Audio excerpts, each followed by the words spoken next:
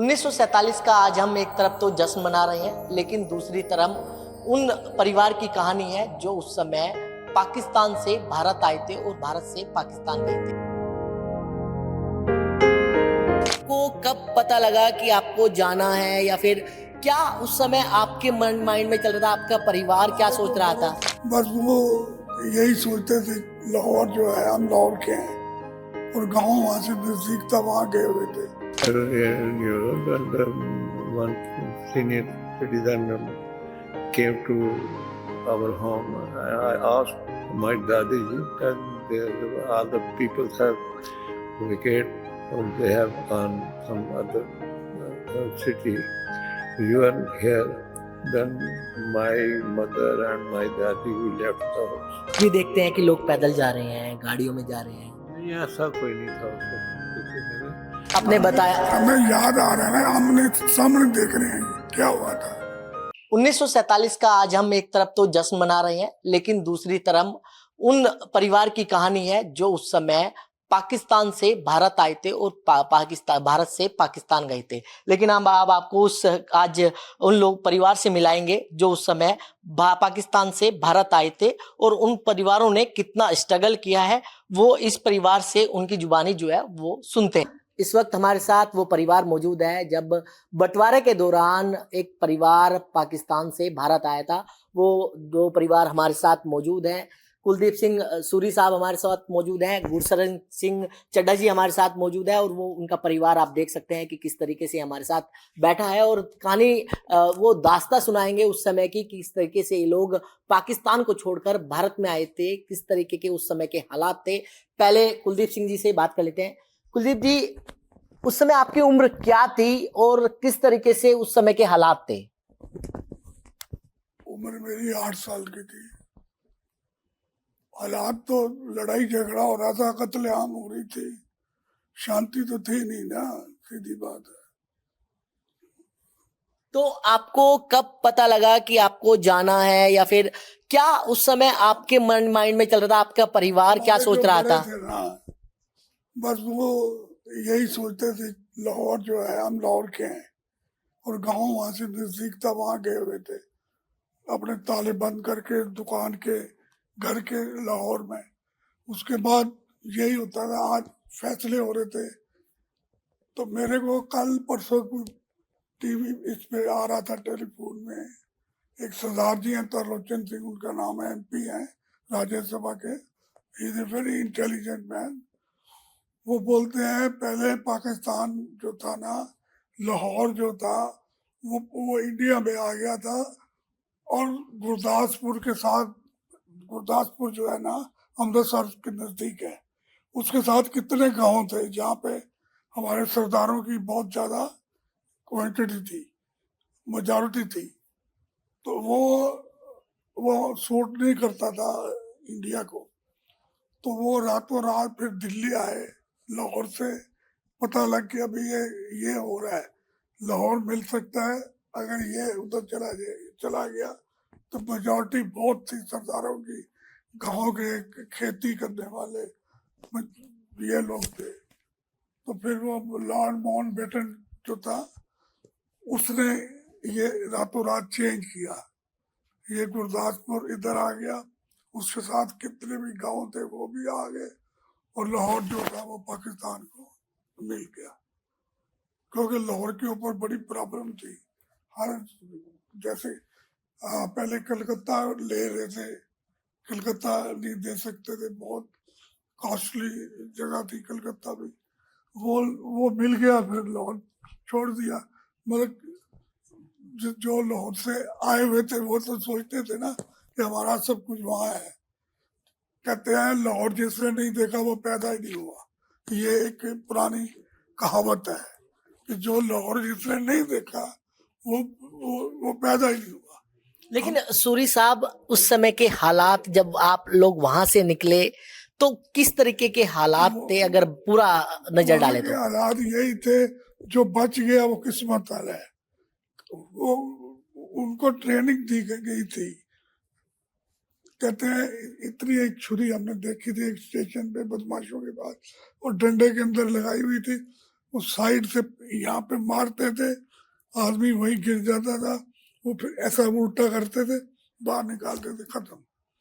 जो लेडीज होती थी, जो उनके ऊपर, उनके पास जो गहना होता था, ज्वेलरी, वो उतार के आगे भूखे नंगे काम करते हैं। जेनुअन आदमी शरीफ थोड़ा करते हैं, सब बदमाश थे, गुंडे थे, गुंडे जिसको बोलते क्योंकि जो फोटो में देखते हैं कि उस समय किस तरीके के हालात थे, ट्रेनें आ रही हैं, लोग काटे जा रहे हैं। कैसे देखे ऊपर ऊपर लोग चढ़े हुए हैं, लोग पैदल आए, भूख न, बड़ा कुछ देखा।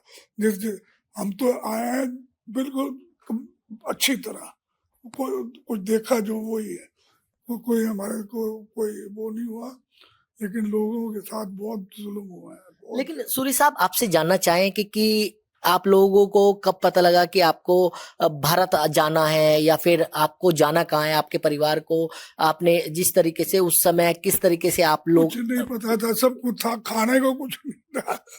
एक बात है, पता चला कि छोड़ के जाना हैं?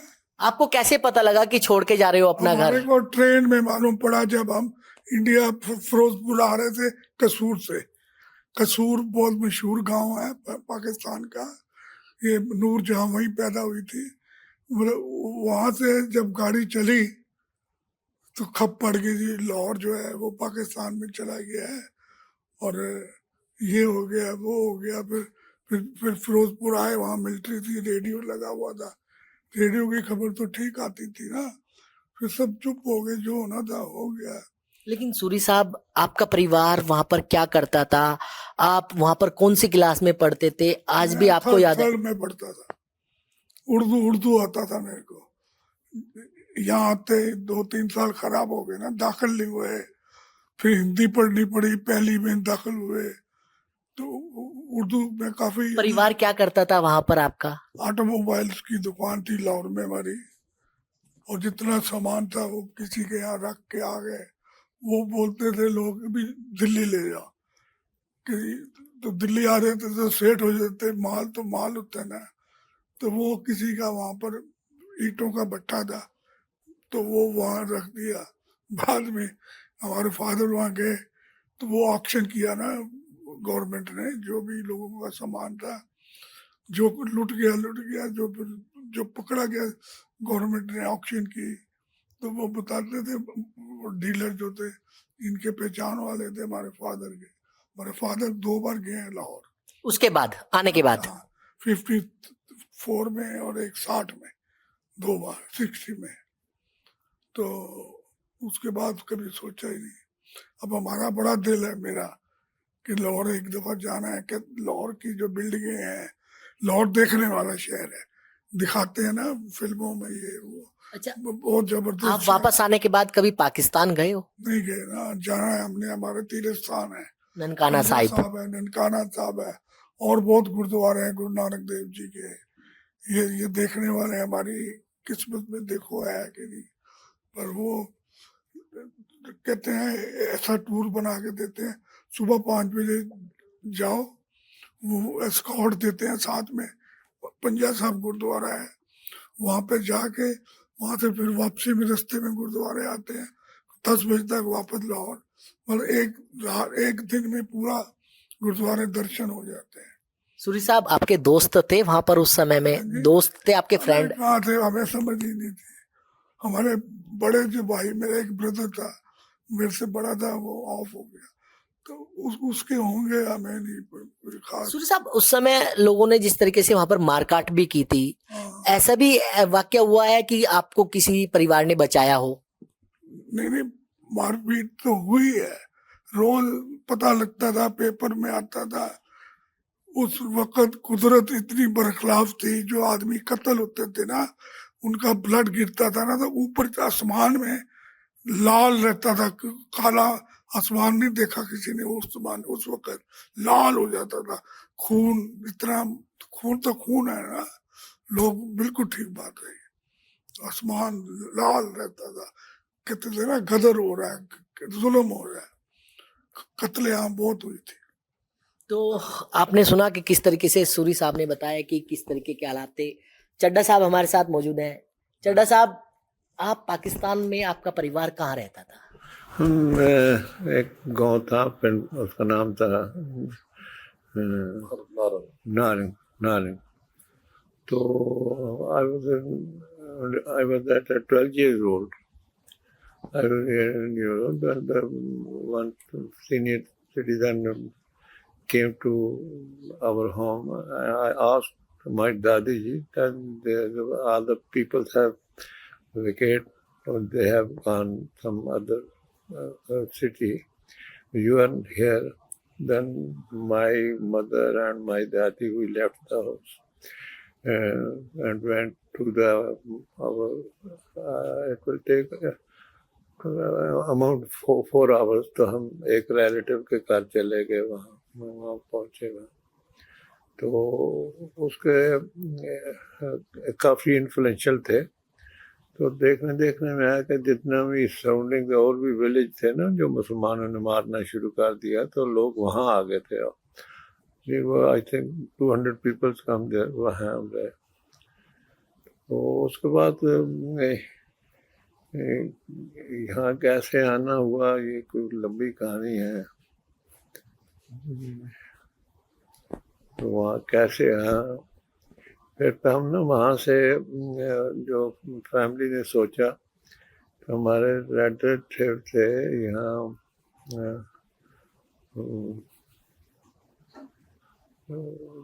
पंजाब में।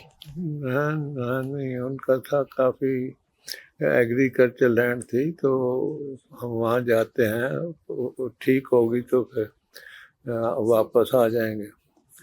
तो वहाँ गए, फिर तकरीबन हम 6 महीने वहाँ रहे वहाँ उनके पास। तो उसके बाद 15 अगस्त को जब अनाउंस हुआ, तो फिर हम चले। एक काफिला जैसे थे ना, गड्ढे थे सब के पास। जो तस्वीर भी देखते हैं कि लोग पैदल जा रहे हैं, गाड़ियों में जा रहे हैं। नहीं, ऐसा कोई नहीं था उस वक्त नहीं, मगर मेरे ख्याल हमें वो 12 दिन लग गए थे इंडिया पहुँचते हुए। रास्ते में प्रॉब्लम्स तो बड़ी आई। एक गांव में उन्होंने क्या पानी छोड़ दिया, सारा चिकड़ हो गया ताकि लोगों को निकलने की ना हो। और उस वक्त जो बड़ा खतरा था, वो पीपल जो थे ना, यंग लड़कियों के ऊपर उनको बार था भी हम। तो वो खैर हमारे साथ एक रिटायर्ड मिलिट्री के आदमी थे, कोड़े थे उनके पास, और वो साइड बाय साइड चलते थे, कोई ऐसा ना हो। मेरे को 12 दिन लग गए थे हमें इंडिया पहुंचते हुए। तो इंडिया आकर फिर दोबारा से अपनी जो लाइफ है उसकी शुरुआत की है। इंडिया में आके फिर ना, मैं तो नाने नानी के पास ही रहा हूँ। मेरे फादर की डेथ होगी, तो मेरे नाने नानी मेरे पास। तो कुछ दिन शायद वहाँ हम फिरोजपुर रहे, मकान वगैरह मिला। वहाँ आपको बताया था ना, वो पानी आ गया, तो हम 7-8 दिन पहाड़ी पे रहे। फिर वहाँ से फैमिली शिफ्ट करा, तो हम जगरांव आ गए। जगरांव एक हमारे नाना नानी जी को मकान अलाट हुआ, तो मैं वहीं मत ले पढ़ा हूँ अप टू 10th क्लास तक। आफ्टर माई 10th क्लास है, आपको बताया मैं वो डिफेंस में चला गया ट्रेनिंग। वो एक जगह है जो फिजिकल ट्रेनिंग और टेक्निकल ट्रेनिंग लेके। तो 3 साल मैं राजौरी सेक्टर में राजौरी में रहा हूँ। तो मैं जब छुट्टी आया, तो मेरे मदर अस्थमा के पेशेंट थे। तो नाना नानी जी ओल्ड थे, तो उन्होंने सोचा भी इनके ठीक नहीं। देन आई मेंट कि मैं सर्विस छोड़ता हूँ। जो वैसे छोड़ते नहीं है, मगर उस तक कोई गवर्नमेंट की पॉलिसी थी कि हमने आर्मी कम करनी है। तो मैं आ गया मैंने फिर टीचर ट्रेनिंग करी 1 साल की। पटियाले में टीचर लग गया मैं प्राइवेट सेक्शन में। वहाँ मैं साथ में जो पुराने वक्त था, प्रभाग करिए ज्ञानी करो, एफ इंग्लिश भी, ऐसा मेरी ये हो गया कि मैंने पटियाला में ज्ञानी और एफ इंग्लिश करी। उसमें कुछ आपको बोला, वो रिलेटिव हमारे मेरी भरजाई के मामी थे, उनकी मोटर पार्ट्स की दुकान थी। तो मेरे ब्रदर भी वहाँ गर्मियों की छुट्टियों में ना आते थे। भरजाई मेरी भी टीचर थी, तो वो उनकी दुकान पे दिन को चले जाते थे। तो उन्होंने प्रपोजल दिया उसको 80-85 रुपये तनख्वाह होती भी, आप बिजनेस में आ जाओ। तो मेरे को फिर ब्रदर ने बताया, मैं भी चला गया। तो I was quite healthy due to defence person. तो मैंने उनकी सारी दुकान ना सफाई करनी, वो तो ये खुशबुदारी दुकान, तो मैं उनसे पूछना इसका नाम क्या है, उसका नाम क्या है, ऐसे करके फिर गुलाबी बाग दे रहे था। तो गुलाबी बाग हम दोनों भाइयों ने ना एक मोटर पार्ट की दुकान खोली। उसमें सिर्फ इलेक्ट्रिकल जो गाड़ी में फिट होता था वही सामान रखा। मगर हम 12 रुपये 14 रुपये, तो हम सोचते थे तनख्वाह तो हमारी 3 रुपये बनती है, ये ऐसे बड़ा करते। तो गुलाबी बाग में काफ़ी सेटल हो गया। तो फिर ये मेरे हिसाब से कब की कहानी है, 60 के आसपास की या फिर मतलब 47 के बाद की? मतलब 60 के आसपास की। हाँ 60 जो गुलाई बाग की शॉप खोली है ना, 65 में खोली है। 65। हाँ, तो फिर मैं गुलाबी बाग ही 32 ईयर्स रहे हूँ। चड्डा ऑटोमोबाइल्स इंडिया मेरी दुकान थी।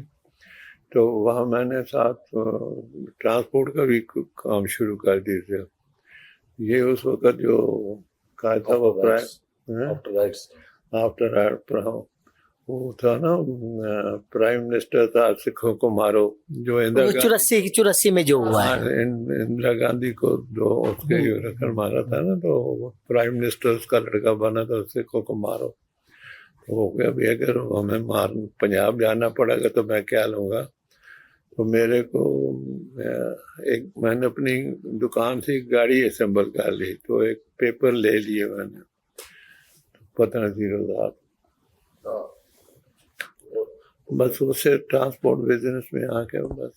लेकिन जब पाकिस्तान से आप आए थे, आपके दोस्त भी होंगे, सब बिछुड़ गए? कोई दोस्त नहीं जी, कोई वहाँ कोई थे। एक कुलवंत सिंह नाम का था जो 4वीं 5वीं जंगल पढ़ते थे। एक्चुअली क्या है कि जो कई दफा ये हमसे शेयर करते हैं कि जो आपने बोला दोस्त की तो बात ही, इनके स्ट्रगल कर रहे थे खाने के लिए, मेहनत कर रहे थे। पाकिस्तान की बात कर रहा हूं। पाकिस्तान में भी यही था।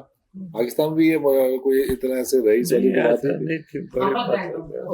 उनको इन्होंने जॉब जो मतलब क्या बोलते हैं, अखबार बेचनी, अखबार देनी, ऐसे छोटे छोटे काम करके तो दिनचर्या चलती थी। तो बहुत मेहनत करी बचपन से लेके। तो दादाजी हमारे चले गए थे काफी टाइम पहले ही। तो बचपन ही इनके, जब ये 3 साल के, जब बताते हैं 3 साल का था जब मेरे फादर की डेथ हो गई।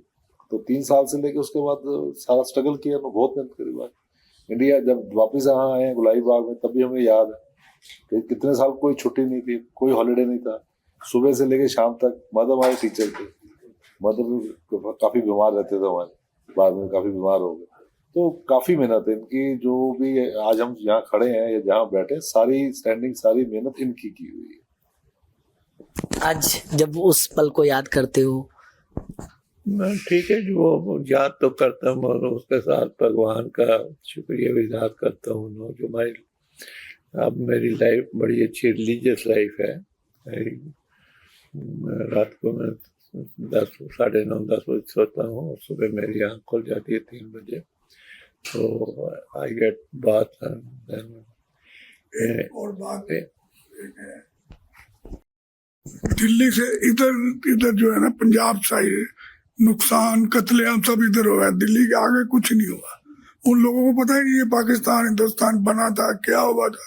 क्योंकि हम यूपी बहुत बिजनेस में जाते थे, उनके पास बैठ से उठते थे, उनको पता ही नहीं था। ज्यादा पंजाब में नुकसान है, पंजाब का ही ज्यादा। हाँ, पंजाब बहुत हुई भी तो पंजाब में हुई है ना। तो इनकी जो रूटीन बता रहे हैं, सुबह इस गेट अप अराउंड 3 साढ़े 3 उठते हैं, खुद ही सब जो भी है, चाय बनानी, उसके बाद स्नान करना, पाठ पूजा करना, फिर 7 बजे इनके क्लब जाते हैं, क्लब में वॉक करते हैं, सब बैठे कॉफी पीते हैं। वो life style is now very good.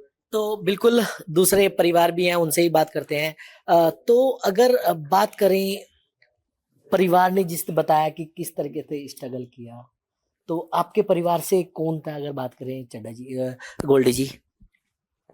हमारी ये कहानी है कि हम सब पंजाबियों की, कि जो हमने दास्तां अपनी सुनाई तो आपको रोए। आज जो 14 अगस्त है, ये कत्ल की रात है मेरी निगाह में।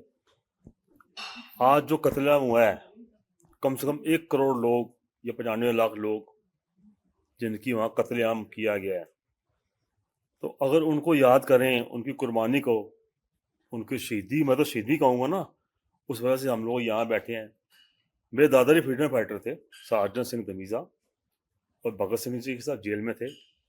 दादाजी मेरे फरार हो गए और दादाजी के बड़े भाई आत्मा सिंह जी वहाँ तहसीलदार थे। अब तहसीलदार, जब वहाँ चकबंदी होती थी तो तहसीलदार प्रेशर डालता था उन पे कि आप लोग तो जा रहे हो, ये मुसलमानों की फेवर में चकबंदी कर दो और अपने भाई को भी हाजिर करो। तो दादाजी तो हाजिर नहीं हुए। उन्होंने मेरे दादा के बड़े भाई को, जो तहसीलदार साहब थे उस जमाने तहसीलदार, उन्होंने बहुत बड़ी बात थी, उनको जहर दे दिया। उसके बाद हम जो झगड़े वगैरह स्टार्ट हो गए। एक्चुअली गाँव के अंदर खबरें नहीं आती थी, रेडियो नहीं होते थे। जो चौधरी थे गांव के, जिनके पास ज़मीनें होती थी, उनकी डेथ ज़्यादा हुई है। शहर वालों को मालूम था, उनके पास रेडियो थे, ट्रांजिस्टर थे, मीडिया था, उनको मालूम था कि झगड़ा स्टार्ट हो चुका है, और इसलिए वो लोग पहले शिफ्ट होना शुरू हो गए। दादाजी फिर यहाँ आए और चड्ढा साहब के साथ ही गुलाबी बाग में उन्होंने अपनी एक वर्कशॉप भी बनाई। डैडी मेरे आर्मी में चले गए, इंडियन आर्मी में चले गए, और ट्रक भी बनाए।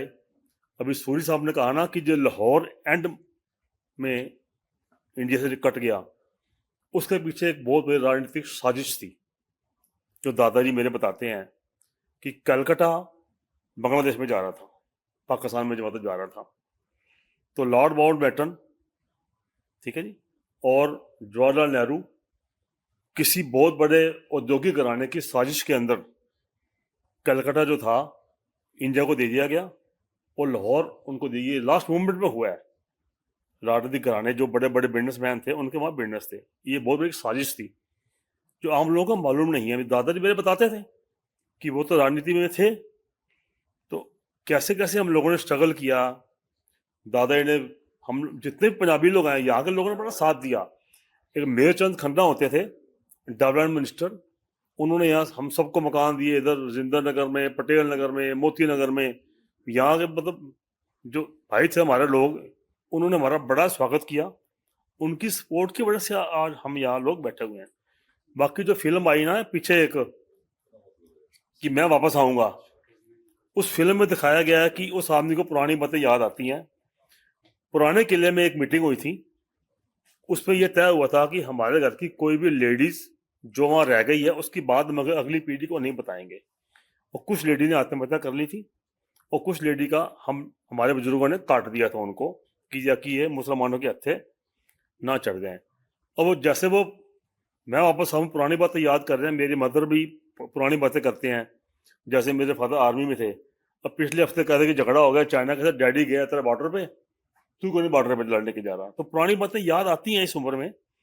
तो मैं जो फिल्म आई ना, मैं वापस आऊँगा, उससे मिलती जुलती कहानी मेरे घर में हो रही है। बाकी मैं शुक्रिया अदा करता हूँ भारत सरकार का, जिन लोगों ने टुकड़े होने के बाद यहाँ की जनता का पूरा साथ दिया है। उसकी वजह से आज हम सब पंजाबी लोग, ठीक है, पुरानी बातें, जख्म तो रहेंगे सारे, पर वही बात है ना कि पुरानी बातें याद करने का फायदा भी नहीं है। तो जो भगवान की इच्छा है, हम यहाँ लोग आगे बस। अभी आज आपने हमारे को ना पाकिस्तान भेज दिया। वाह जी वाह। मतलब आज आपकी जो कहानी है वो सुनकर, मेरे- जो आपने बताया, हमें याद आ रहा है ना, हमने सामने देख रहे हैं क्या हुआ था। हाँ, मैंने तो बहुत कुछ देखा।